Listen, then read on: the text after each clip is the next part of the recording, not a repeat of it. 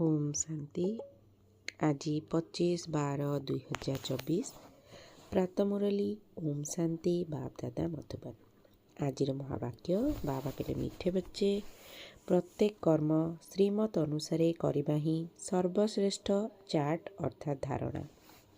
जो संतान मानकर श्रीमत प्रति सम्मान रही सेमाने मुरली निश्चित पढ़िबे।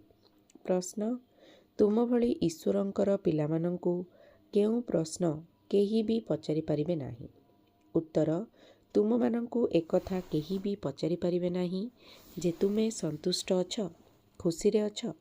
काहेकि ना तुमे कहुछ आमे सदा सर्वदा खुशी रे अछु। पार ब्रह्मरे रहुथिबा परम पितांकु पाइबार चिंता थिला, से तो मिलिगले। बाकी केउं कथा पाई चिंता करिबा। तुमे माने रोगग्रस्त थिले मध्य कहिब आमे बहुत खुशी रे अछु। कारण ईश्वरंक संतान मानंकु कौनसी कथार चिंता न थाए। बाबा जेतेबेले देखुछंती यांको उपरे मायार आक्रमण होईची, सेतेबेले पचारुछंती, पिला माने खुशी रे अछ, संतुष्ट अछ। धारणा पाई मुख्य सार, गहन शांतिर अनुभूति करिबा सहित प्रकृत आत्मिक यात्रा मध्य करिबाकु हेब। हम सोर मंत्र को सदा सर्वदा मने रखिबाकु हेब, तेबे जाई चक्रवर्ती राजा होई परिबो। मन वचन कर्म रे बहुत पवित्र रहिबाकु हेब। मन भितरे कौनसी प्रकारर आवर्जना नथिबो। प्रत्येक कर्म सावधानता पूर्वक करिबाकु हेब।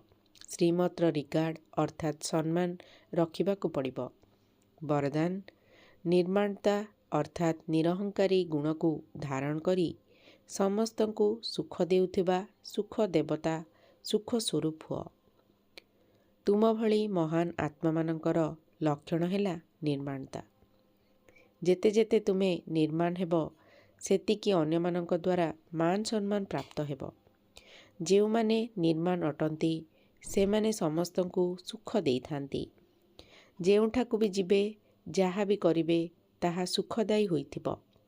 तेणु जेउ माने भी तुमर संबंध संपर्क रे आसुछंती, से माने सुखर अनुभूति करंतु।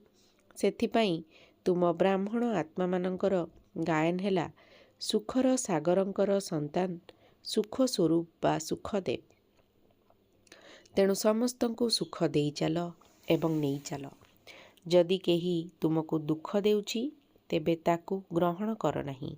स्लोगान, सबुठारु बड़ ज्ञानी सेही माने अटंती जेउ माने सर्वदा आत्म अभिमानी स्थिति रे रहुछंती। ओम शांति।